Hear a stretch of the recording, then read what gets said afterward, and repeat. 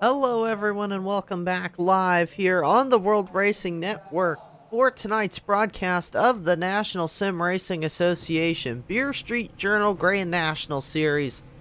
Live tonight from iRacing Super Speedway for the CarCandy 110.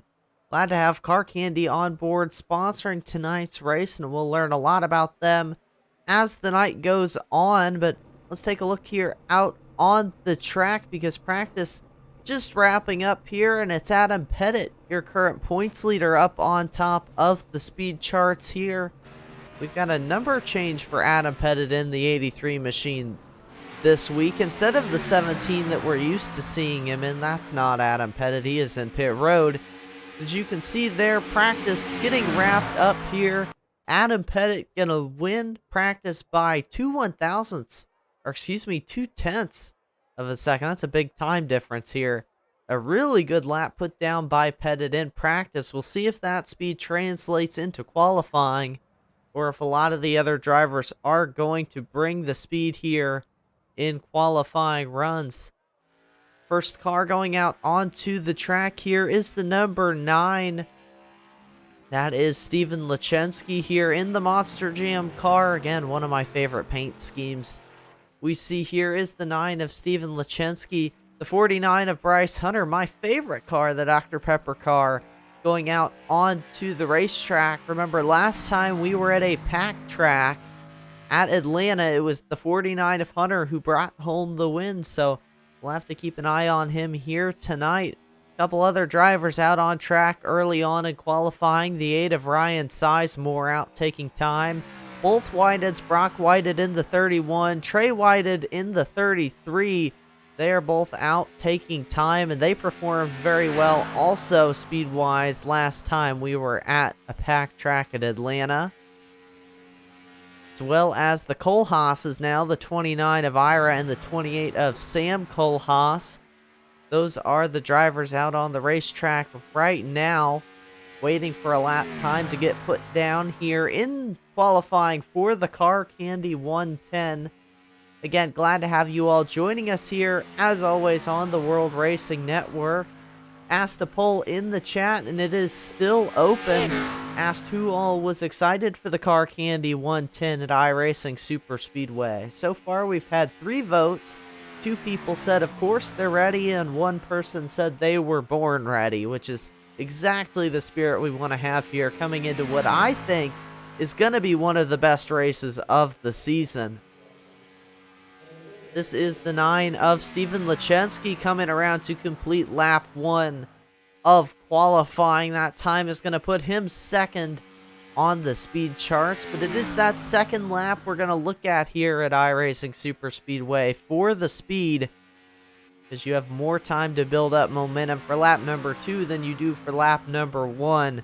We'll take a look at the driver at the top of the charts right now. That is the 33 of Trey Whitehead. And Whitehead won at Talladega back earlier in the season as well. So a driver who's had a lot of success here on these types of racetracks. Second at Atlanta, winner at Talladega. So the 33 of Whitehead, a driver we are certainly going to keep our eye on, and that lap will improve. Brock Whitehead in the 31 also going to improve lap number 2, goes to second on the charts. Lechensky sits third for now. We'll see what kind of time Bryce Hunter in the 49 has. That will jump up to second on the speed chart, so move the Dr. Pepper 49 now to the front row. There's plenty of time left in qualifying here. You see, looking for someone else here. Ira Kohlhaas out on the racetrack right now. I believe still looking for lap number 2 here. The 48 of Tom Lester out on the racetrack for qualifying. A new look for the 48 this week. Has Fox on the side of that car. A nice looking paint scheme here for Tom Lester in the 48 machine. The 83 of Adam Pettit as well on the racetrack. Again, we've Adam Pettit been the 17 all season. Don't be confused. He is running the 83 here tonight. has CarCandy on that race car. Anything EC as well, as always. Sponsors Pettit and CarCandy, tonight's race sponsor. And Pettit usually has anything EC products on the hood of that car. When they sponsor a race, we will see what kind of time he can lay down here as well. Currently, it's Pettit and Lester, the only two cars out on the racetrack. Here comes Tom Lester to complete lap number 1. Blinks out a little bit. Coming across the line, that time will go 8th of the 8 cars so far. But again, it's that second lap we look for time here in qualifying at iRacing Super Speedway. But you see time winding down, only 10 seconds left to qualify. I don't know that these drivers going to get that second lap time in. Adam Pettit goes to 8th on the speed charts, knocks Lester. And that is all she wrote for qualifying. So those drivers, Lester and Pettit, not going to get lap number 2 on the charts, which has to be a little bit disappointing. But nevertheless, it's 55 laps here at iRacing Super Speedway. A long way to go. So they certainly will have the time to make it up if they can race smart, race clean here. But again, as always, there's a lot of good, hungry race car drivers here tonight. And we are going to take you through the starting order here. For the CarCandy 110, it's going to be the 33 of Trey Whited starting on the pole, with the 29 of Ira Kohlhaas rolling off in second, just 9/1000ths short of the pole here tonight. Then it's the 49 of Bryce Hunter, the winner from Atlanta, starting in third. Brock Whited in the 31 rolls off in fourth. In fifth is the 8 of Ryan Sizemore. Then looking outside the top 5, it's the 9 of Steven Lachensky. Starting in 7th is the 28 of Sam Kohlhaas, the Pepsi Machine. In 8th is that 83 of Adam Pettit. In 9th, Tom Lester, the two drivers who didn't get both laps in. Those round out your drivers who took qualifying time. Then it's the 4 of Martin Plute starting in 10th. Outside the top 10 is Nate Maurer in 11th. 12th is the Daytona winner and second fastest in practice, Mike Tellier, in the Hello Kitty 47. 13th is the 2 of Justin White. In 14th is Stan Hausman in the Beer Street Journal car. And rounding out your 15-car field here tonight is Simbox Racing's Doug Neal in the Simbox Machine. Again, Simbox Racing, one of those teams we always look out for here.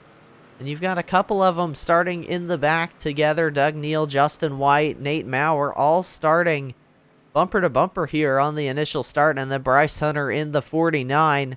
The other Simbox car going to roll off from third here tonight. Sizemore Motorsports, another team who's been having some success lately here in the Beer Street Journal Grand National Series. You got a bunch of them up front. That's the 33 of Trey Whited. Brock Whited starting 4th and Ryan Sizemore 5th. So all three of the cars entered here tonight that I am aware of starting inside the top 5. So a lot of speed from Sizemore Motorsports. As always, watch out for the Simbox guys, but there are a lot of other drivers as well looking for the win here tonight. Going to be led to green by the 33 of Trey Whited. And Whited, no stranger to being up front in these races, has a win on the season from Talladega, also has a pole this season. That one came not from Talladega, that came from USA International, looking to go for his second win of the season here. But 55 laps of racing for these drivers in the CarCandy 110. Waiting for the flag man to start this race. And we are going green flag racing here from iRacing Super Speedway for the CarCandy 110.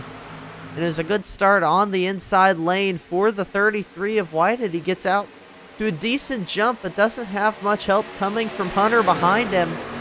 Whereas look in that outside lane, you've got the 29 of Kohlhaas, the 31 of Whited locked up pretty much bumper to bumper.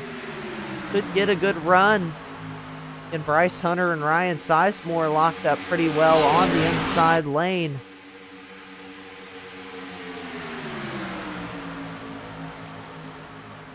down into turn 3 for the first time in this race. And it's side by side for the race lead between Brock Whited and the 29 of Ira Kohlhaas coming to take lap 1 of the race. It's going to be a Whited leading the race, but not the same one who started from the lead. That is Brock Whited in the 31-year race leader here. As the field heads down into the turn, you see Whited gets shuffled up, and the other Whited slots right down through on the inside lane. Trey now up into the race lead, but very chaotic here in the early laps. We don't really see much teamwork. No one really locking bumpers with each other. Everyone kind of doing what they feel they need to do to get up and contend for the race lead here. As you see the 8 of Ryan Sizemore now jump to the inside for the race lead, and that is the 3 Sizemore Motorsports cars lined up 1, 2, 3 on the inside lane. The rest of the field gonna want to watch out for that one.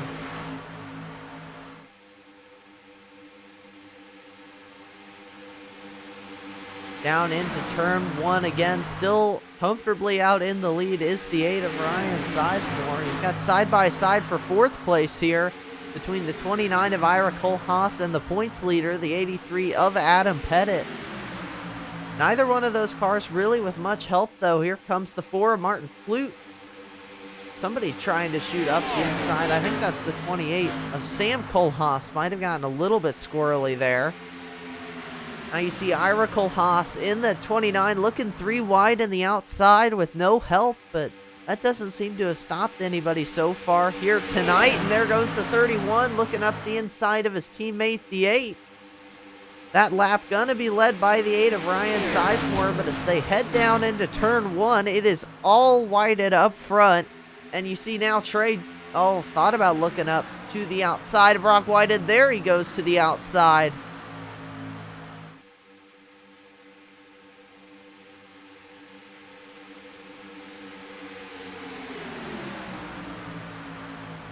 And again, Ryan Sizemore going to be able to reclaim that race lead here.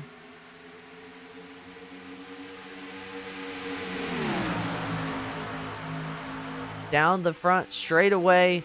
Coming to the line again. 8 of Ryan Sizemore now pushed by the 83 of Adam Pettit. And I know we're early on in the race, but they're racing hard. I think this is as good a time as ever to listen in here at iRacing Superspeedway.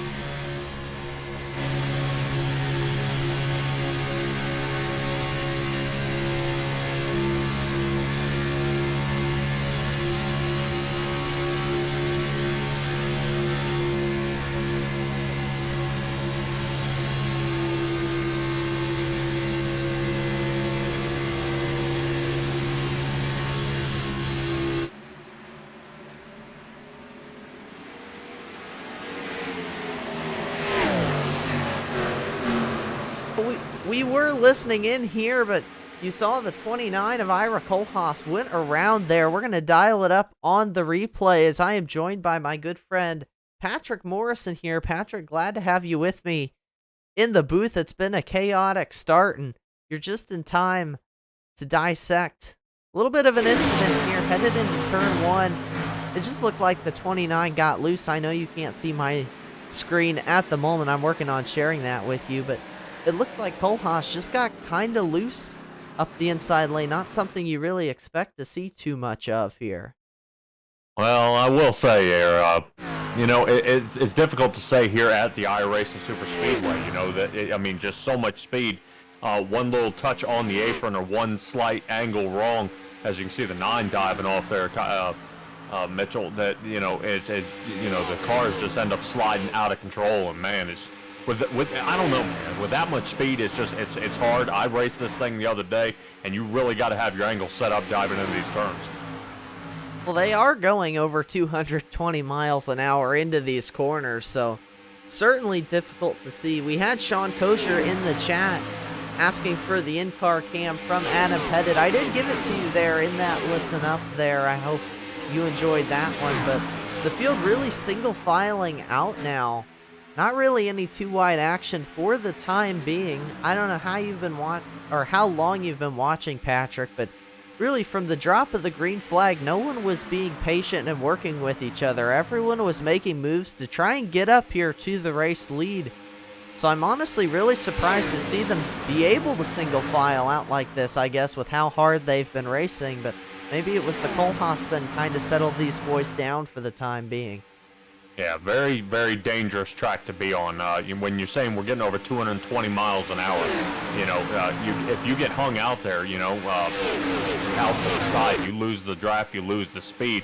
So it really it's difficult, not like Talladega. You might have a couple people float up here and there trying to get, aimed up and get a better angle at it. But, man, it's really single file is the only way to stay fast, which it looks like Ryan Sizemore out there in that 8 car. Boy, he's really starting to tell, staying out in front, but it can't last forever.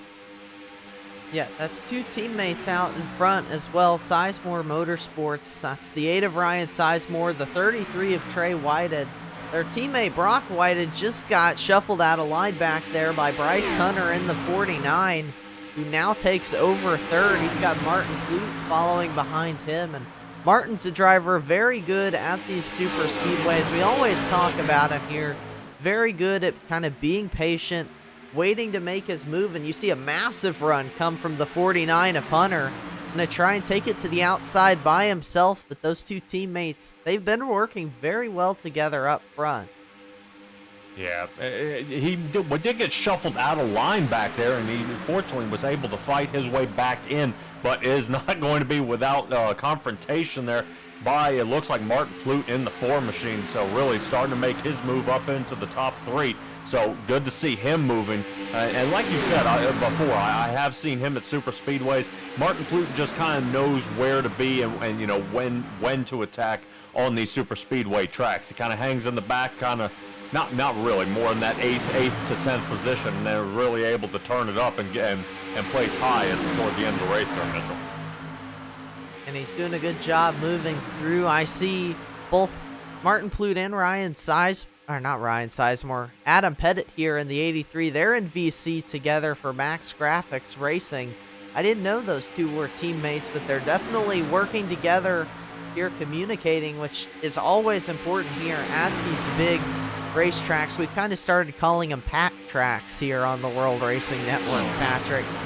I don't remember who coined it, but that came from Atlanta, and we're carrying it over here as now you see the 31 right back up to the front. Didn't take him very long. Back and forth. It's not quite third place where he was running, but it's just they can't seem to stay back very long, because I know I've raced here. I'm sure you have too. The runs at iRacing Super Speedway, they're just massive, and it's super difficult to block someone when they get a run like the 49 of Hunter does. Oh, yeah, and especially, like you said, with that run, it's so much speed. You come up almost, 15, 20 miles an hour faster than the guy that you're coming up on. He tries to slide up in front of you, and actually, it's more dangerous to block. Once you get in front of him, if he decides to go ahead and, rear end you, it picks up the back end of the car, and away both of you, if not just the one you blocking is as well. But boy, look at the 49 machine really hanging out there. I like to see that. He's kind of using a little bit of that door draft, which is a little scary here with iRacing, with netcode being a problem sometimes, but it seems to be working out for him so far. He's certainly not afraid to be aggressive, and that 49 won at Atlanta, so he knows what he's doing here on these pack style of racing tracks, and now the 31 jumps up to give him some help on the outside, but he's racing around drivers I talked about. Sizemore Motorsports kind of bunched up a couple of Max Graphics cars. He's from Simbox Racing. He doesn't really have any teammates up here toward the front right now. You've got to look way back to 11th to find the 971 of Nate Maurer, who's his first teammate. Oh, as you see the 39 of Hausman go around, caution flag in the air. Stan Hausman.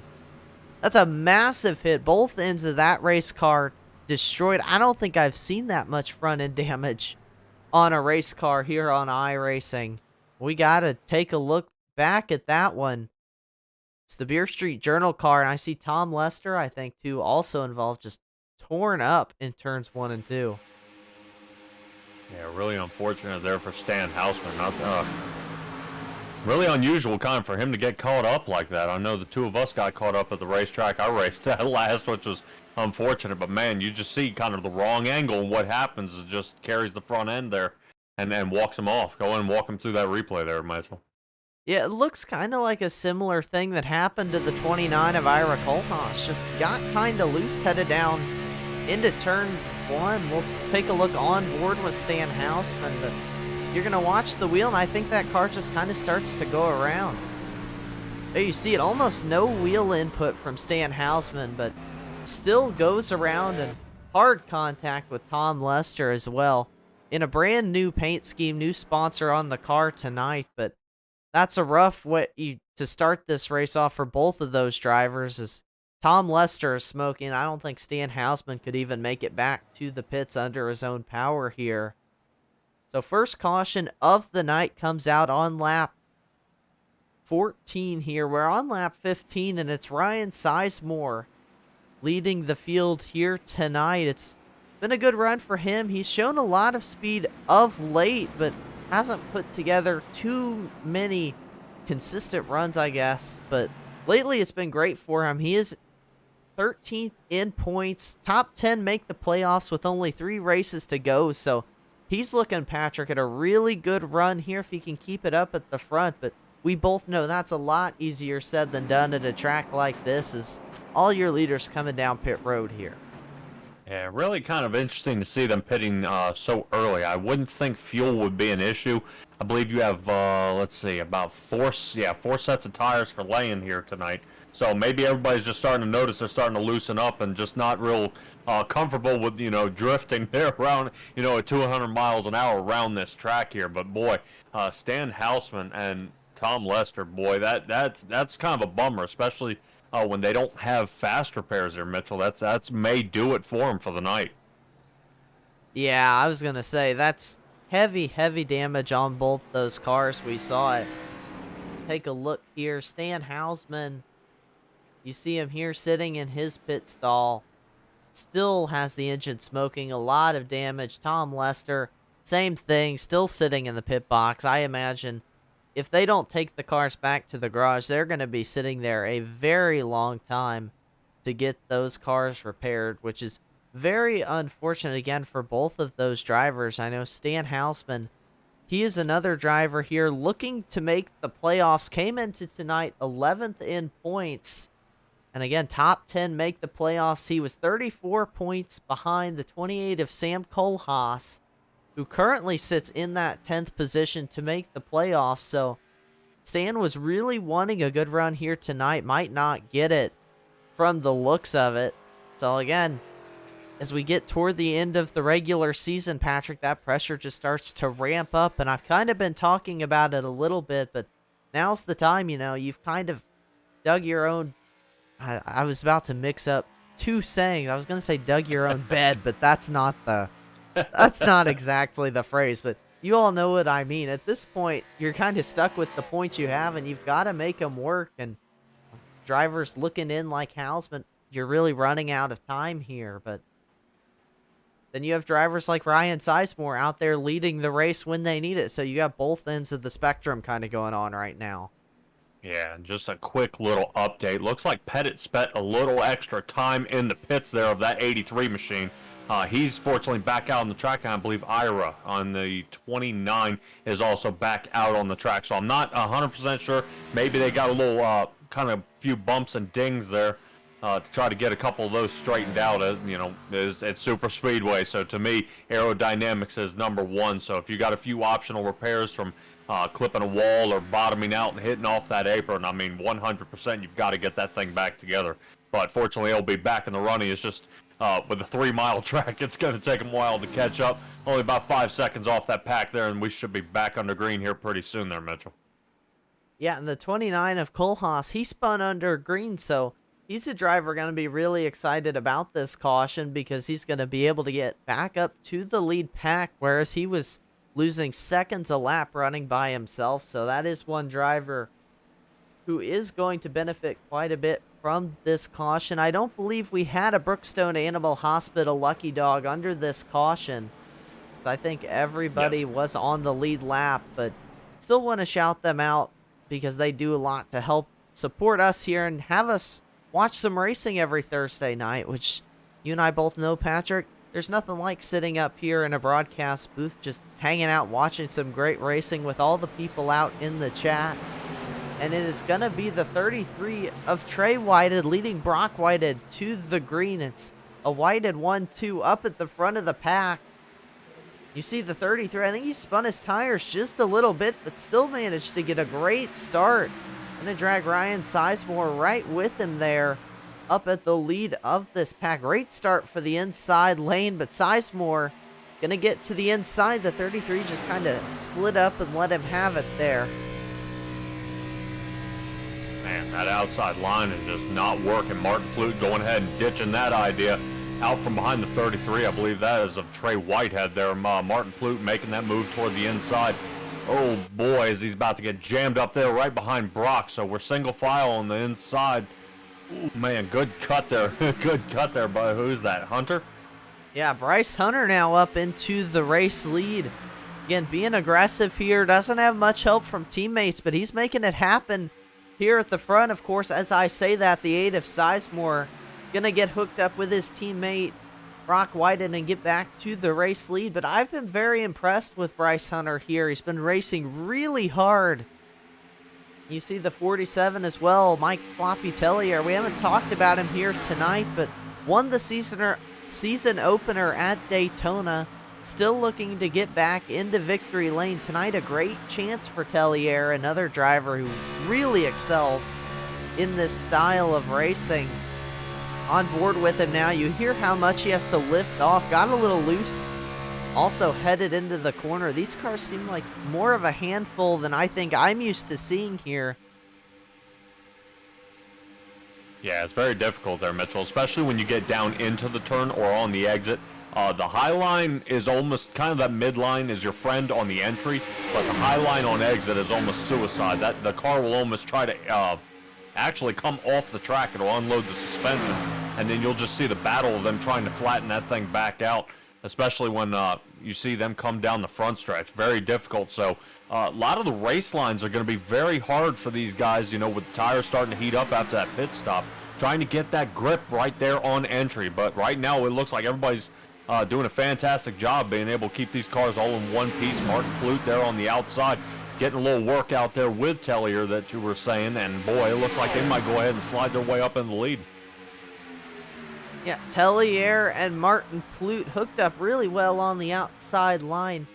Two drivers again I see communicating in voice chat, so that just seems to be a benefit. Usually everyone I seem to have talked about working together, they're communicating in the voice chat. You see the 33 of Trey Whited took a pretty aggressive dive there to the inside line, gets back to the bumper of Ryan Sizemore, but that really is going to help Martin Flute and Mike Tellier on the outside line.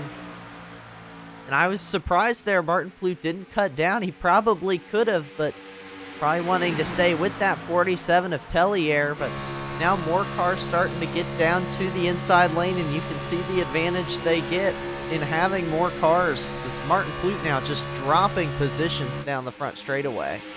Yeah, not a whole lot of help there by Tellier. I wonder if that 47 car just kind of dropped off, trying to give him some room there.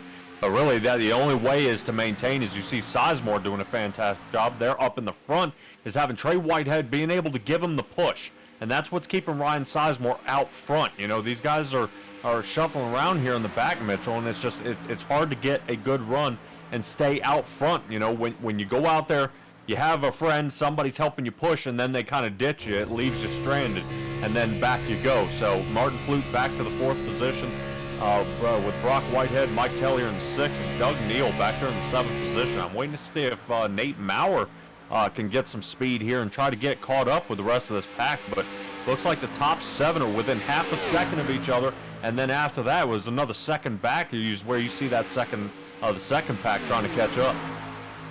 Yeah, this second pack here being led by Adam Pettit. And we're at the halfway point now in the CarCandy 110, and you see Ira Kohlhaas jump to the outside. They're certainly not playing it patient, trying to get caught back up to the outside lane. You see him running double file here.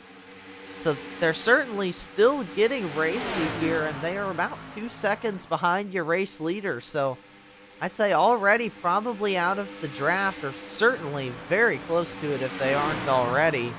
But you can see they are way far back of the lead pack, but now it's Pettit hung out all by himself on the inside line until they go into the corner. Now Sam Kohlhaas gonna fall back into line, but as they get it single file down, this lead pack as well kind of going to a more single file approach. You've got the 3 teammates leading the race, 1, 2, 3. Then it's Bryce Hunter here in 4th. Martin Plute sits in 5th with Mike Tellier. Again, those two working well together. And then Bryce Hunter's teammate at Simbox Racing, the 77 of Doug Neal, also in the lead pack, hoping maybe to give his teammate a little bit of a help here, because the Sizemore Motorsports drivers up front really have had a lock on the race for a majority of this first half. Yeah, it looks like a pretty good move there by Tellier, is kind of slowing down a little bit to let Doug Neal kind of enter that aerodynamic bubble. That way he could start picking up some speed and catching up, but it looks like he's starting to unfortunately leave him again. And it takes a good race line and a strong car to keep caught up here. Not sure how long Tellier and Plute can kind of drop off to kind of keep him reeled in.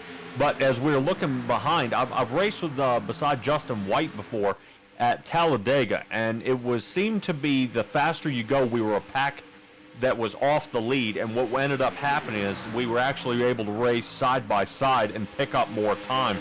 Them kind of battling back there between the 8th and the 8th, 9th, 10th position there has kind of cost them a good bit, and now they're off by another half a second. But Adam Pettit, he's fallen off another 2 seconds off that. I know we're kind of getting off the lead pack here, Mitchell, but I'm not sure if Adam Pettit or Sam Kohlhaas there, something happened, but they're now almost 2.5 seconds off the rest of the field. And you see Sam jump back to the outside of Adam Pettit there in the 83. So still racing. Maybe Sam just wanted to get out in front, thinks he has a cleaner car maybe than the 83. But that CarCandy machine of Adam Pettit, he is really, we expect him to be up at the front. He's had great runs here of recent. Again, he's your points leader coming into tonight, but so far just biding his time here, 6.5 seconds behind your race leader. And I think we are at the halfway point, Patrick, so I think it is a good chance, speaking of Adam Pettit, for me to talk a little bit about CarCandy. They sent me a little information they'd like to be shared about them. Again, they are tonight's race sponsor here of the Beer Street Journal Grand National Series, CarCandy 110. So here is a little bit about them. CarCandy is a division of the Ultralot Corporation. They were started in 2010 and manufacture automotive detailing chemicals and supplies. Their products are manufactured at their corporate headquarters in Lakeland, Florida, where we were just a couple weeks ago for a race, as a matter of fact, with distribution throughout the United States. In addition to our full line of professional car care products, CarCandy provides custom chemical manufacturing and private labeling services. At CarCandy, we are committed to bringing the most innovative and dependable products to market through continual research and development with help from our staff of experienced chemists. Our goal is to create long-term customer relationships by manufacturing the highest quality car care products and providing unparalleled customer service to the automotive detailing and paint reconditioning industries. The last word kind of tripped me up, but that is a little bit about CarCandy. If you would be interested in learning more, there is a link down in the video description right under the words that say tonight's race sponsor that will lead you to CarCandy's website if you would like to check out more about tonight's race sponsor. But looking back up front, Patrick, it's still the 8 of Ryan Sizemore. Nothing's really changed up here except for the second pack now starting to catch back up to the leaders. You see Ira Kohlhaas right behind Doug Neal in that 77. So this 3-pack race kind of gone back to 2, and it's just Kohlhaas and Pettit now that we don't see on screen. Yeah, unfortunately, they're about 11 seconds off pace, so they got a long way to make up. Glad to see Nate Maurer about to catch back up with the Simbox Racing buddies up here in the front. 49 of Bryce Hunter got a little loose out of one of those turns during the commercial break you had, in the sponsor mention you had there, and he kind of slid his way back to the 5th position, but he's already fighting his way back in the 4th. As you see, Martin Plute as well, he's kind of had that same line, took that weird outside line, and now that is going to cost that pack. So I don't know if the cars are starting to loosen up on these guys a little bit. You wouldn't think, as we're getting ready to cross the line at lap 31, I believe. Boy, not a whole lot of time left here, Mitchell. Yeah, we are getting well past the halfway point at this stage of the race. They are running 75% fuel tanks here tonight. We know they went about 15 to start the race, but they should have a little more than that left in these cars. But I have to imagine that they are still going to have to make a green flag stop at least once here in this race if they hope to make it to the finish, which could always create chaos. As someone who has spun on a green flag pit entry multiple times here at iRacing Superspeedway, I can tell you that the transition from the racing surface to pit road is very tricky. There's a really big shift in the banking. It's a really big bump when you go down to the apron to get into pit road, and when you go in there at about 220, 225 miles an hour, it can get a little bit tricky to slow down all the way to, I think, 70 miles an hour is the pit road speed here. So you got to cut about 150 miles an hour in about 5 seconds or so. So this is one of the more difficult pit entries we're going to see here in this season. Of course, if they stay green, that's something they're going to have to deal with. But right now, I don't think Ryan Sizemore is thinking about it, because he has led a lot of laps here tonight. Continues to click them off. Yeah, really being able to slow down to that 65 mile an hour pit speed is very difficult to get, to get that thing lined up and stay on the move and slowed down. But somebody who's not slowing down, Ira Colas, look at that. All the way up into the 5th position, even with rear end damage to that 29 machine. So starting to really put on the moves, leaving Martin Plute really in the dust back there and pulling away. So if Ira can stay there on Bryce Hunter, should reel in the top 4 cars and start making the moves, since Ira has the fastest lap on the track here tonight so far with a 44.395. So look at that as they're getting ready to go 4 wide coming across the start-finish line there. Well, the 8 of Ryan Sizemore about went around out of turn 4. I think we better go take a look back at that one on the replay, actually, to see what happened to the 8 machine. I think it was just a matter of getting down onto the apron a little bit here on the front straightaway. Actually, combined with a push from the 33. It was a nice save by the 8 of Sizemore. You see it there on the World Racing Network replay. But looking back live here, that cost the 8 some track position. And now it is Simbox Racing's Bryce Hunter out in the race lead. And Hunter doing a really good job. And look who's behind him, Patrick. Ira Kohlhaas, just talking about him. Getting to the bumper of who was your race leader. But again, the 8 of Ryan Sizemore, they just cannot seem to hold him back, because here come the Sizemore Motorsports cars again on the outside line, looking to retake the lead. Yeah, a lot of speed coming out of those 3 cars right now, and really being able to work as teammates. You see it's working perfectly. They're going ahead, synchronizing their move right there, moving toward the inside, which this just seems to be the perfect concoction of teamwork and making this car get around the track as fast as they are, as they now 1, 2, 3, and Ira now hanging out there trying to maintain the track position. I just don't know if the tires is just starting to loosen up on them. Quick little update. I believe Tom Lester has taken that vehicle to the garage, so way too much damage for him, and that's going to do it for his vehicle tonight. So the 48 is in the garage, and we hope to see him next week.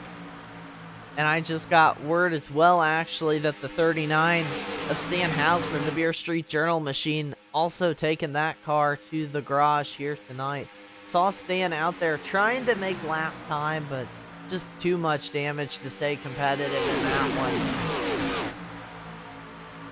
Yeah, maybe just trying to get a couple of extra spots there. Boy, wow, Martin Plute almost fires in the pit there. Guy had the same problem Sizemore had there.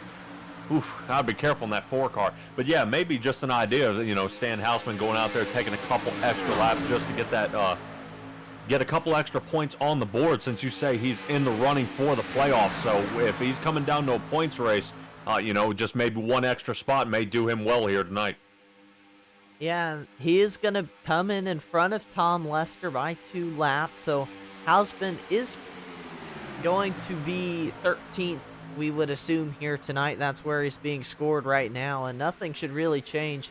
Racing the 28 of Sam Kohlhaas, who's now 23 seconds behind your race leader with Adam Pettit. So not a great night for Kohlhaas either so far. Of course, a lot of racing left to go, but you know, Stan Hausman probably did save himself some points there, and every point matters when you get down to playoff racing here. So that could be a move that could get him into the playoffs if things go his way in the next 2 races, which, let's take a look at the schedule. We have Martinsville and Milwaukee before we hit the playoffs. So 2 wild card racetracks, Martinsville especially. No clue what to expect from that one. Stay tuned Sports out in the chat saying, what's up, everyone? We are doing good here at the World Racing Network as pit stops begin. Oh, I think you might have thought I thought they were wrecking at least. I was trying to figure out how they were slowing down. I mean, they had those cars bouncing on the inside there, Mitchell. That was close. But yeah, it looks like those Sizemore Motorsports, they're going ahead and bringing those down. 31, 8, and the 33 are now coming down pit road. Yeah, they become the first drivers to pit here under this green flag cycle. The 28 of Sam Kohlhaas coming in hot, as well as the 83 of Adam Pettit. Also going to make their pit stop on that lap. They were significantly farther behind your leaders here. We'll see if anybody else chooses to come in this time. Looks like the 29 of Ira Kohlhaas with no help. Oh, Ira into the infield wall. That is not how you want to enter pit road here at iRacing Super Speedway. Probably got some heavy damage and no help when Ira goes back out onto the racetrack either.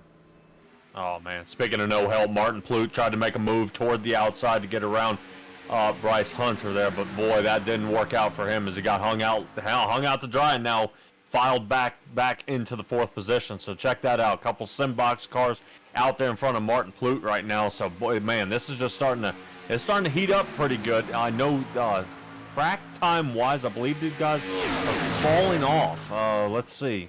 Yeah, they're falling. Yeah, fastest time 44.7, but 46.7 is what they're running now. So definitely got to start picking up the pace here as those other drivers of Sizemore Motorsports are going to start picking up the pace. This really aggressive pit entry from Nate Maurer and Doug Neal you saw on your screen there. Both of them had the tires locking up. We'll see if they made it down to speed in time, but the rest of your race leaders now down pit road.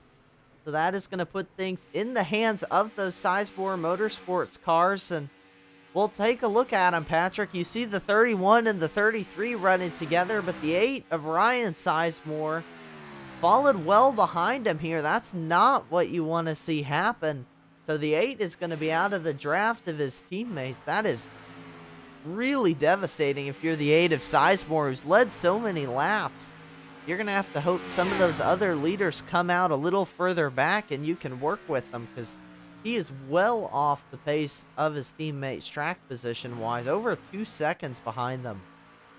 Yeah, and he's got to make up the pace here pretty quick. Some of the guys that we just saw pitting now entering back onto the track. So he's really starting to get separated, and he will be left out there. I was hoping he may have a chance the same way Ira Kohlhaas did, getting around, you know, being able to make up so much ground if you just work together. But he is going to be out there kind of by himself, so he's got to find somebody to work with, or they're just going to blow right by him. As he's, from what my ticker's saying, I mean, what is he, about 20 seconds off? So he's got to pick up the pace here pretty quick. Yeah, and another thing that went down under that pit cycle, you see Nate Maurer and Doug Neal just now entering the racetrack. That is because they got held for speeding coming down pit road.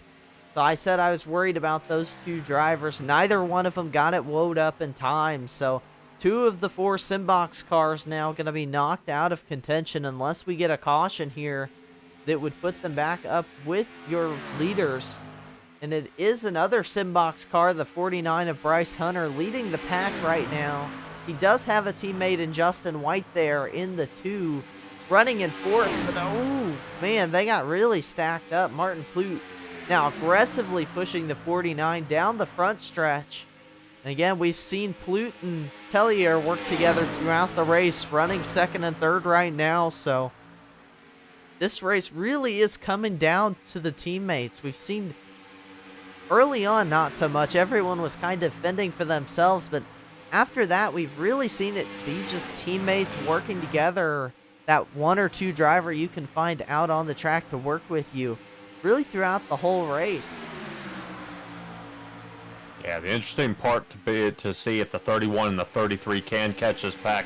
They're about half a second off, and right now they're making up 0.2 per turn. So it won't take long. As you can see right there in the screen, they are catching up. So they've caught that front pack back in the aerodynamic bubble, and they will be back in contention for this thing. I'd like to see Justin White and Martin Plute really be able to put the moves. Oh, there we go. As you can see, Tellier kind of floats up the track there in that Hello Kitty car.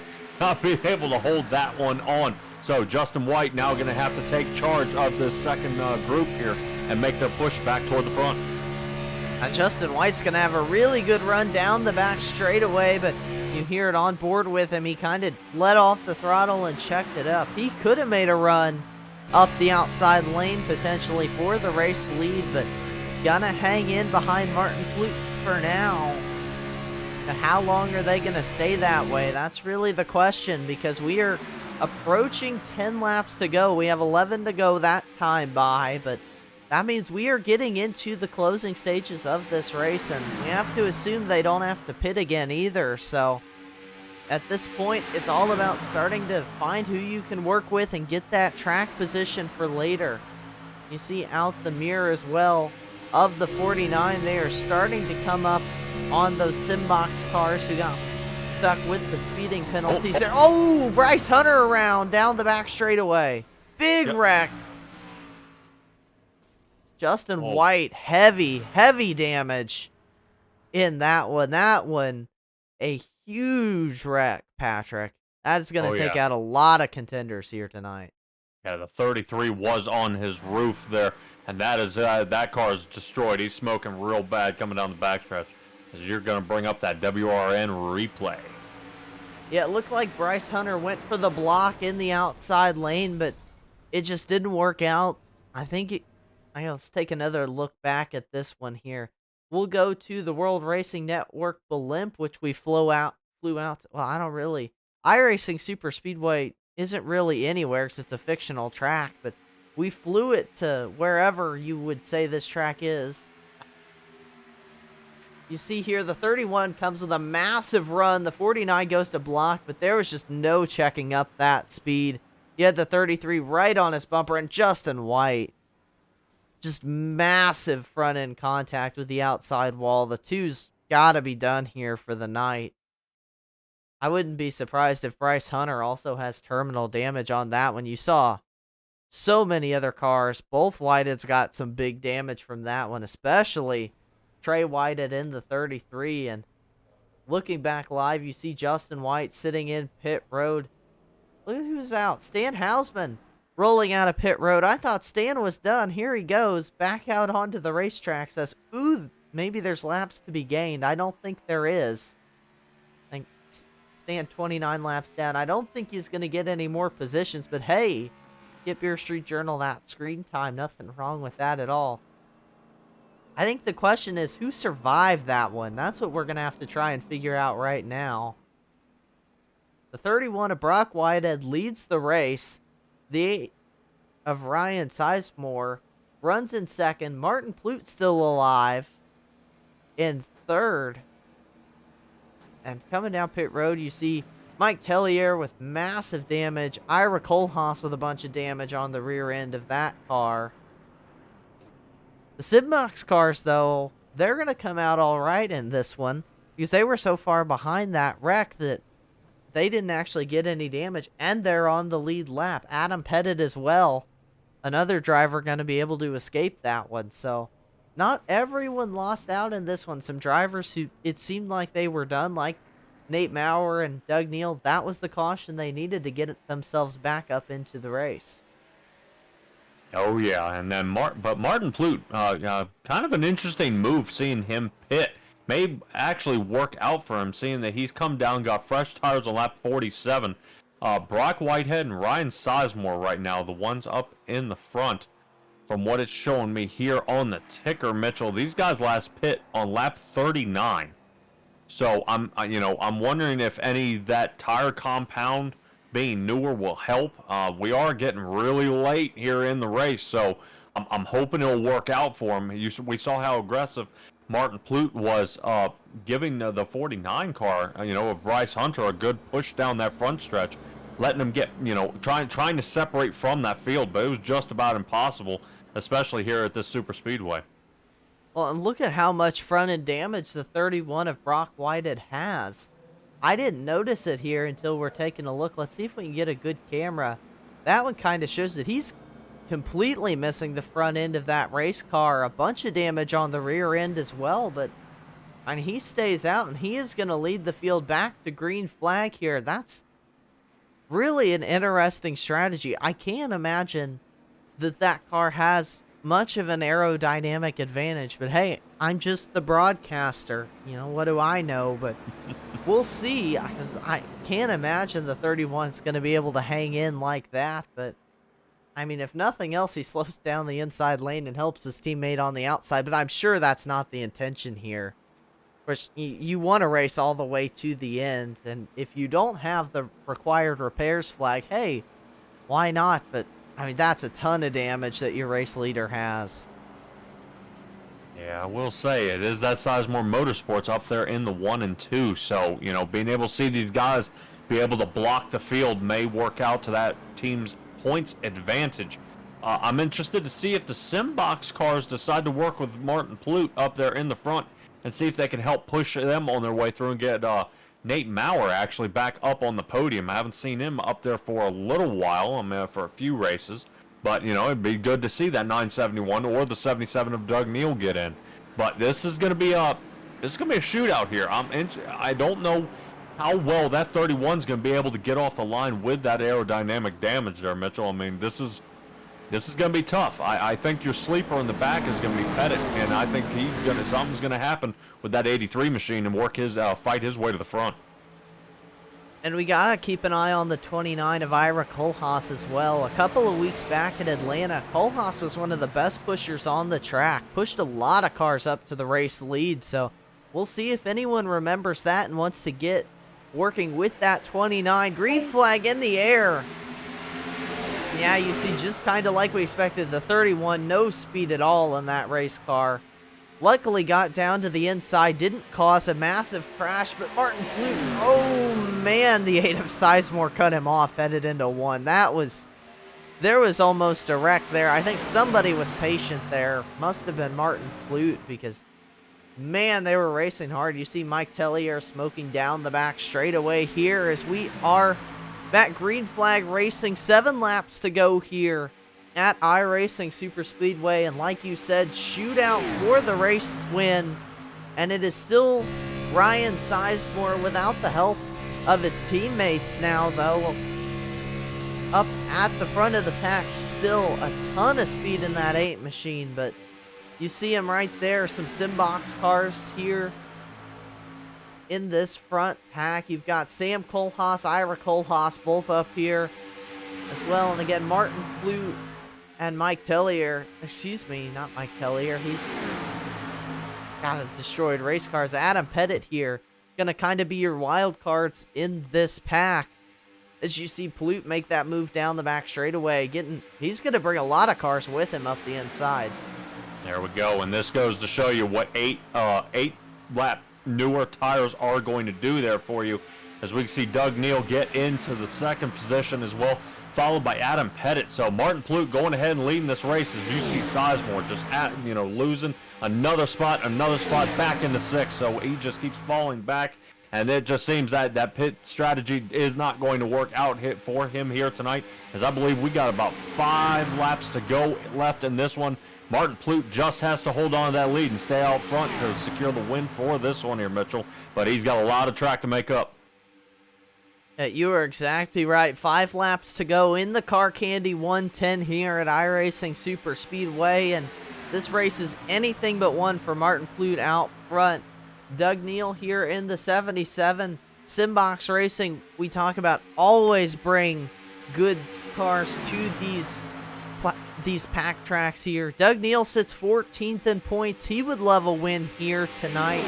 He's got his teammate Nate Maurer working with him. Nate's 3rd in points, so he's got to be feeling pretty good, and he can take some chances here if he wants to go get aggressive, try and pick up a race win. 4 laps to go, and it's still Martin Plute out front, but he's really just a sitting duck to whenever these cars behind him want to make the move. And you see Doug Neal being patient. He knows he can't make it too early, because then he's just going to be the sitting duck up front. So, I mean, Patrick, do you want to be Martin Plute here in the 4? Do you want to be one of those cars behind him right now?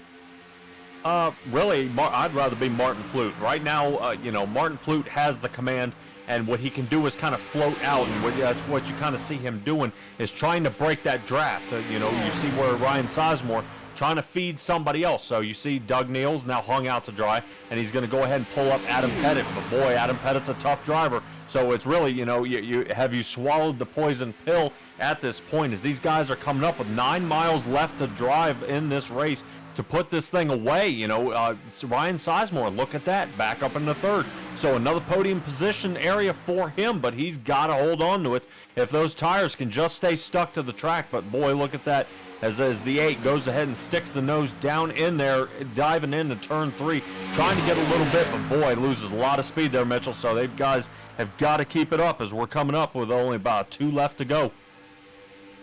2 to go in the CarCandy 110. The one good thing that happened to Doug Neal in that is he is now hooked up with his teammate Nate Maurer in the 971. So the Simbox cars could work together here. You see Ryan Sizemore jump to the outside line, but doesn't really have any help. But that is not going to stop that 8 car from trying to use that side draft, trying to get the position. You see him drag race Pettit. Pettit looks now to jump to the outside line. Sean Kosher in the chat said, let's get it, Pettit. He is trying to here. You see him forcing the 8 up, but again, I don't think he's going to have the help unless he can get up in front of Sizemore, which he... Oh, they make contact. Coming to the white flag, though. I don't know how they kept that straight. White flag in the air in the CarCandy 110, and we are 3 wide across the line. Boy, and really, you kind of see Ryan Sizemore having to file back there. Adam Pettit getting a deep breath, giving Martin Plute a heck of a shove down the backstretch of that last lap. So at 83, trying to loosen that 4 car up. And it is all Martin Plute's race right now. He has got to stay out in front. Simbox Racing working their way toward the outside as they dive into 3. Does he make that move or not? But that may cost him the race here, Mitchell. Yeah, the Simbox cars up in the outside line. Doug Neal being pushed by Nate Maurer. Coming through turn 4 for the final time. Drag race to the line. Doug Neal gets turned. So does Nate Maurer. Who's going to take home the 8 of Ryan Sizemore? And they continue to wreck. I thought he was out of it there when he got shuffled out of line. What a finish. How did he pull that one out? I thought it was a drag race between the 77 and the 4 for the race win, but Ryan Sizemore pulls out the race win. His first win of the season as well in that Sizemore Motorsports 8 machine. What a drive he ran. I mean, he's so fast all race long, lost his teammates, and still pulled out the win. Let's take a look back at that one, Patrick, because man, there was, again, so much going on. It was hard to keep it all on the screen for our viewers here at home. Holy cow. Yeah, actually, if you can roll back, if you're considering an in-car view, look at Ira in the 29 machine, kind of starting about mid third, turn 3, and you kind of see how it unfolds getting into 4 and what happened there. That was wow. I mean, it just the shuffle there of how they got around. We are on board. Go ahead. Sizemore push on the outside. Watch that. Yeah, I think we'll get an aerial shot at that too. And Ira Kohlhaas pulls out a second place finish here tonight. Drove from, I think, 6th to 2nd there on the last lap. Martin Plute comes home 3rd. But you're exactly right. I want to go see. I don't know if it was just Nate pushing Doug too hard or if he got a push coming from that 8 behind him, and that's what got him loose. We'll take a look from the World Racing Network chopper, Patrick, but let's see here. Coming out of 4, yeah, I think that was kind of close to call, but it looked like, I mean, it's just too, I don't even know how to call that one there. It's just, the 8 was definitely on the 971, but I think they just kind of got out of line there coming to the finish, and that's almost looking, I don't know, but Ryan Sizemore, that's all that matters. He pulls out a great race win again. Had a fantastic car all day long, led so many laps here tonight. And we are going to go take a look at his burnouts. Man, what a race. Yeah, I would want to note there, Mitchell. Remember when I was talking about that high line coming out of 4? Remember I said it's got that hump that when you come out of there, it kind of unloads the suspension? And I think that's what happened to Doug Neal. I'm trying to take a quick little look at it, but it looks like the 77, the suspension unloaded, which allowed Nate Maurer and Sizemore to kind of get into the back of each other at the exact same time. And it just kind of turned everybody at that point.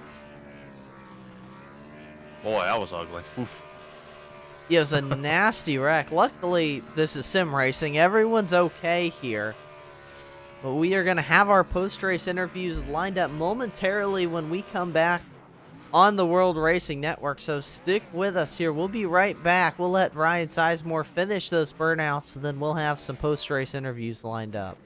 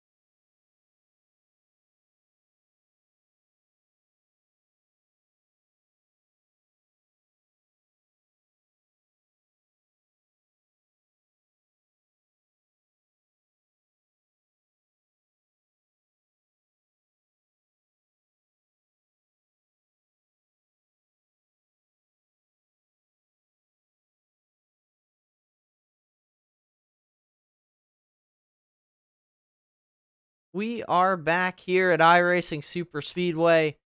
The CarCandy 110, great finish here, and we are going to get started with the post-race show on the World Racing Network. We're going to start talking with Martin Plute. Man, you were leading there coming toward the end. I thought you and Doug Neal were going to drag race to the line, but that didn't quite happen like we thought it would here, but you still pulled out a great third-place finish, and just kind of take us through your run here and through that last restart, because it was just a wild race and a wild finish for you guys down there. Yeah, it was good. It was gonna be a good ending there, with those guys up top and me and a broken Adam Pettit on the bottom. But yeah, guess it didn't work out there. So it's unfortunate that it ended that way. It was gonna be a good drag race to the end, but it happens.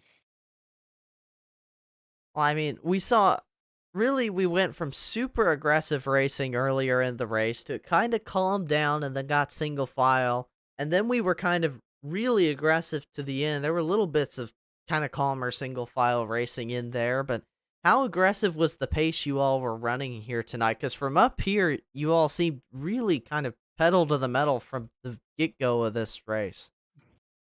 Yeah, I wasn't aggressive till the end. I really wasn't running full throttle until that last restart.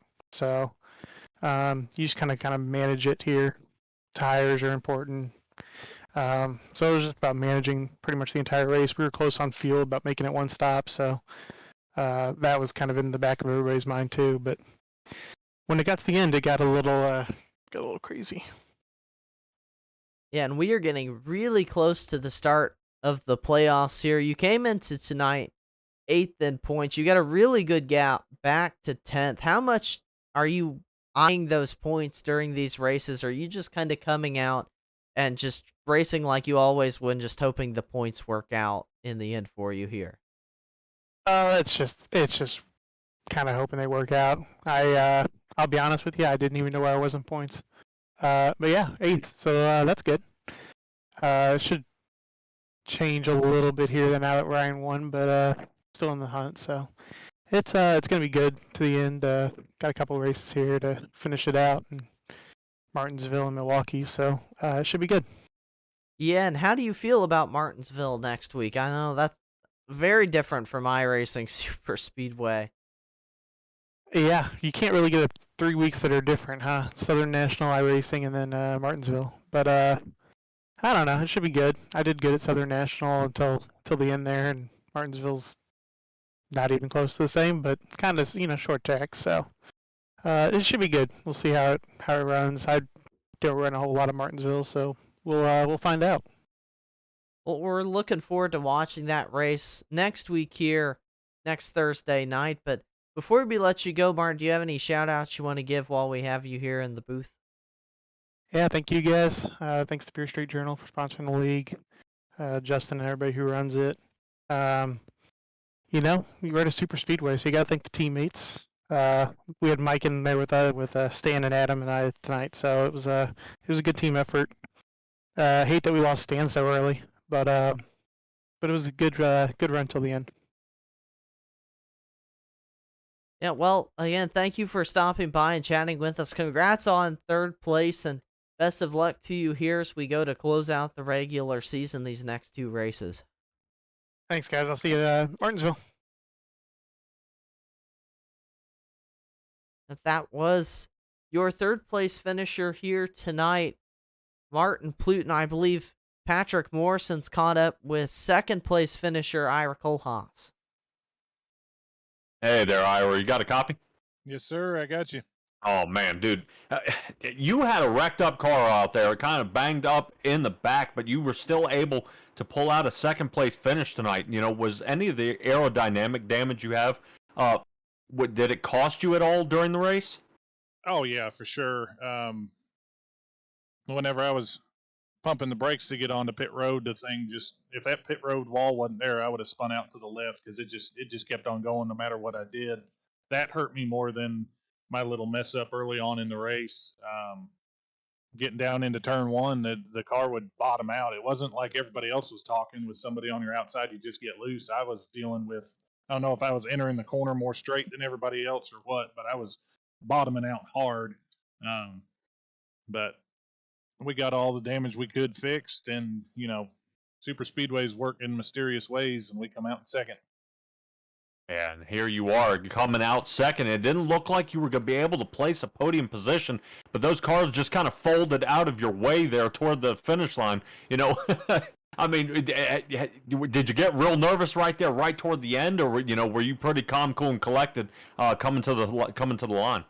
No, I'd figured something was going to happen with the way these cars act, and when nothing happened in 1 and 2, I was like, all right, we'll let the 8 car get down in front of us on the backstretch if he wants. And then I seen the 2 Sim Speed Shop cars jump to the high side, and he stayed out there. And I said, all right, we'll just play the cards we're dealt with and see what happens here. And they came out right. I picked the right line. I could have been right in the middle of that thing, and you'd been talking to my brother here, but we wound up lucky and got 2nd. Yeah, very, very, very close for you there. I think you would have aimed for a 6th place position, but were able to squeeze out in the 2nd, actually sliding by Pettit there, right there toward the end. as well. But man, super fast. I won't hold you up too long. Couple more questions. Martinsville is next week, so you're heading to the paperclip. I mean, how confident are you feeling about that track coming off a super speedway today? I usually run really, really well at Martinsville. It's the exact opposite of a super speedway, but if you go at it with the same mentality where you let the idiots take themselves out and they get too much damage to continue and different things like that, you can get a really, really good finish there. And if you keep the car clean and try to come off them corners as straight as possible, you'll be there at the end and you'll have a good run. Yeah, it seems out front may be the best bet, kind of hanging. Hey, you say wait for some of the guys to take themselves out. It's going to be hard, worst case scenario, you're back in 18th or so. Boy, it just turns into a domino effect, unfortunately, and trying not to get caught up in that will be the key. But, man, in that 29 machine, glad to see that Chevy place second here tonight. But, boy, man, give me some of those shout-outs, some of those people watching you or those sponsors on the side of the car. Absolutely. Definitely got to thank Randy and Jennifer Sellers from RJS Automotive. We've got a local dirt track here at Paducah that's got the World 50 tomorrow night. We're going to head up there to that one, and Randy won that in the late 90s, so I'm sure they'll be talking about him and reliving those old memories. The year before that, I believe he won the Summer Nationals there, beat Moyer and Babb and all them guys up there. But got to thank PepsiCo 2769 for coming on board for me and my brother. I'm driving the Mountain Dew car, which is different for me, but I'm in Tennessee, so we figured that'd be the best one. Matthews Archery, definitely got to give a shout out to them. They've got the best shooting bows that there is, and they make them that can fit big guys. Definitely got to give a shout out to my wife and my mother-in-law. I know they usually watch every race up there, and my two little girls. So second place is a good run, and going into the playoffs, we'll see what kind of momentum we can build. All right, our fellow Tennessean, glad to see you out here, bud. Get practicing for Martinsville because you got your hands full next week. 10-4, thank you, sir. Thank you. Man, Mitchell, and that was a shootout there toward the end. Sizemore getting dialed out of the pack there, trying to figure out how to get his way back in. Fortunately, is able to slide around those two Simbox cars as they got tangled up there toward the end. I'm sure we'll see some in the Beer Street Journal fight nights, but for tonight, right now is Ryan Sizemore, who brings away the win here. So Mitchell, go ahead and get him on in here, bud. Yep, Ryan Sizemore, driver of the number 8 machine. You got a copy?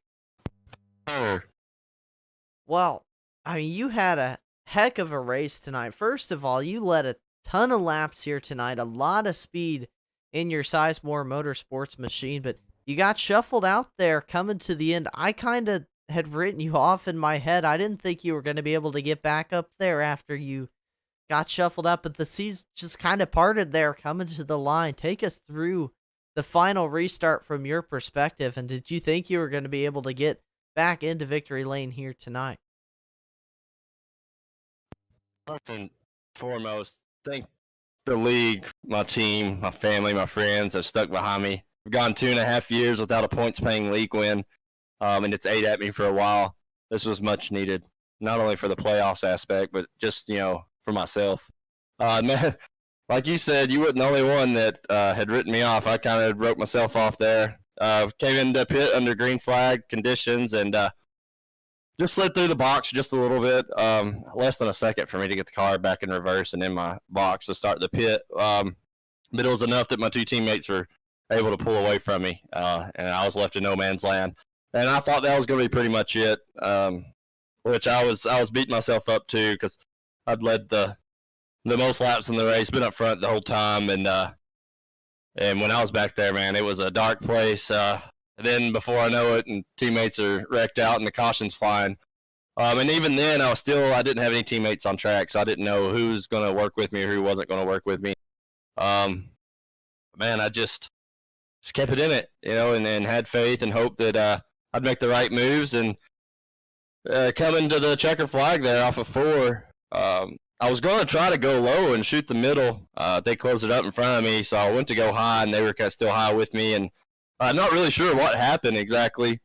I just know it checked up hard, and I think I got into the back of the car in front of me a little bit. spun him around, but I think that they were wrecking before I got to them. My initial plan was once we came off the corner to shoot the outside of them. If we pushed it 4, oh well, I was going to give it everything I had. Well, it certainly worked out for you in the end. You come out with your first win of the season, and you do it here, getting really close to the end of the regular season, coming toward the start of the playoffs. I know you're on the outside looking into the playoffs here, but the win's got to help you build some momentum here toward the end of the regular season here, fighting for those points to try and make the playoffs.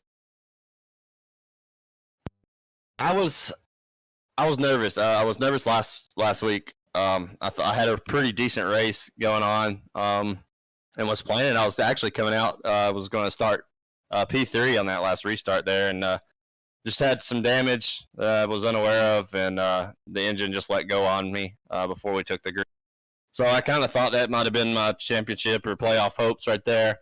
But I pride myself on short tracks and super speedways, so I knew that coming here tonight I would have a good shot at it. But I was trying for points as well. Like I needed a win. I don't know like what the numbers would have been if I would have been able to point my way in or not, but I knew I needed a win coming into the race. So it's really just putting myself where I needed to be to get the points in case I didn't win. And thank the Lord we won.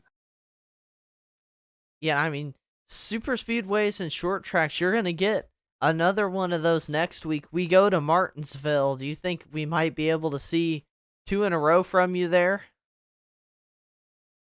We can hope so. Like I said, short tracks and super speedways. So I think with the momentum coming from this win into next week at Martinsville, I think that it may be that extra steam we need to really push. It's go time. Playoffs are right around the corner, and it's time to get everything you can get. Yeah, and we saw you again. One more question for you. I saw you worked so well with your teammates here tonight. I know that you all have been running really strong lately, but I know they both kind of wrecked out, but a really strong team effort's got to help build some momentum for you as well here. Absolutely, and we pride ourselves as being a good team that works together. Myself, Trey, and Brock, we've run together for years now, and coming into the race, we knew that I was in a must-win situation, and that Brock was in a point situation, but would still need the win. And so Trey really worked with me, the majority of the race there, and just pushing me, making sure I stayed out front and got the laps led. But yeah, man, without the teammates, I don't think it would have been a possibility. Trey was crashed out, so he was on the box, was calling some shots for me, coming down to the checker flag. So without them boys, man, this team, I don't know where we'd be. But it's just great team effort by everybody around. We couldn't be happier. Yeah, certainly so. And before we let you go celebrate more here, I'll give you some time to give some shout-outs to you. Or let you give some shout-outs, excuse me. Absolutely. First and foremost, friends and family that support me and stick behind me. Sizemore Motorsports, the great team that I run for. Signal One Realty, Taylor's Tins, my primary sponsors. They support me so much and really make all this possible. 547 Outfitters, the Shirt Garage. Man, just so many to thank. I think the guys I raced against. I mean, what a race was that, man. It was fun, and to be able to come away with a win from that one, man, it just couldn't be happier. On to next week. Yeah, on to next week at Martinsville. We wish you the best of luck for it. And again, you can tune in right here on the World Racing Network next Thursday night to catch that one. But I'll let you go, Ryan. Thanks for stopping by. And again, congratulations on a great first race win. Thank you all for putting on a great broadcast. All right, that was race winner here tonight, Ryan Sizemore, his first win of the season. And I believe, Patrick Morrison, you want to run him through the finishing order for tonight's race here, the CarCandy 110? Oh, yeah, the CarCandy 110. Looks like the ticker's gone ahead and updated itself there after that mess we had right there at the line. So the official results that we have, Ryan Sizemore placing in coming into the winner's circle here tonight. Ira Colas second, Martin Plute third. Looks like Sam Kohlhaas there in the fourth. Adam Pettit there, 83. Doug Neal and Nate Maurer, unfortunately, when they got spun out, placed 6th and 7th. Brock Whitehead in 8th. Mike Tellier in 9th, Trey Whitehead in 10th. Bryce Hunter, unfortunately, after that little tangle up he had before, ended up in 11th. Justin White with a lot of damage in 12th. Stan Hausman in 39, 13th. Tom Lester in the 14th position, and Steven Lezinski placing in the 15th to round out our top 15 there, Mitchell. And really, what a battle it was when I tuned in here. These guys really gave it their all, and they have a lot to do. I mean, going into Martinsville, short track, so they're gonna have to use the middle pedal on the brakes instead of all gas that you saw here tonight. Yeah, they've been putting on a great show all season long, and the racing just gonna get better when we hit the playoffs here in a couple of laps. But like you said, some great races left in the regular season. Martinsville, the short track, sure going to be a fun one. And then Milwaukee's another super unique track we have here on the schedule. You're definitely going to want to tune in here for that one. And we'll go ahead and thank all the sponsors who helped make this possible. Of course, Beer Street Journal for sponsoring the NSRA Beer Street Journal Grand National Series. And another huge shout out to tonight's race sponsor, CarCandy. Again, you can find info on them down in the video description. You can find their website as well as the websites for all our other sponsors, which include Max Graphics, Stay Tuned Sports, Simbox, Brookstone Animal Hospital, Taz Racing Customs, J&R Craftworks, and Eclipse Photography. All of them help make Thursday night racing possible here on the World Racing Network. And if you want more NSRA action, let's see where the Stay Tuned Sports Podcast Truck Series is tomorrow night. They race at Atlanta, where we were last week, so make sure to go tune in over on 3 Wide TV if you want to see the NSRA Stay Tuned Sports Podcast Truck Series. And Patrick, I'll give you a second because I know you're working on some broadcast stuff and you do a lot for us here at the World Racing Network. If you want to self-promo your channel a little bit, I'll give you some time to do that. I was going to say I won't spend too much, but if you do want to catch us on Wednesday nights, go to simtraxbroadcasting.com. That is SIMTRAX broadcasting.com. You'll be able to get our schedule from there. Racing Revolution starts green flag at 8:30, so a lot of tough drivers there. Their first race, I believe, will be the 24th of August. So these guys are doing recruitment races every night of the week, looking for new drivers. Last season, we had a guy win 5 races in a row, and he ended up winning a butt kicker system, which really works out great for his rig. So don't forget to check us out there. And as always, here at WRN on Thursdays with the Beer Street Journal and Mitchell Adam at the helm. Yep, definitely make sure to go check them out again. We've worked together for a while here, Patrick. So those will be great broadcasts if you want some racing on Wednesday nights. Again, simtraxbroadcasting.com. Am I right? Yes. Yes, I'm right. All right, there we go.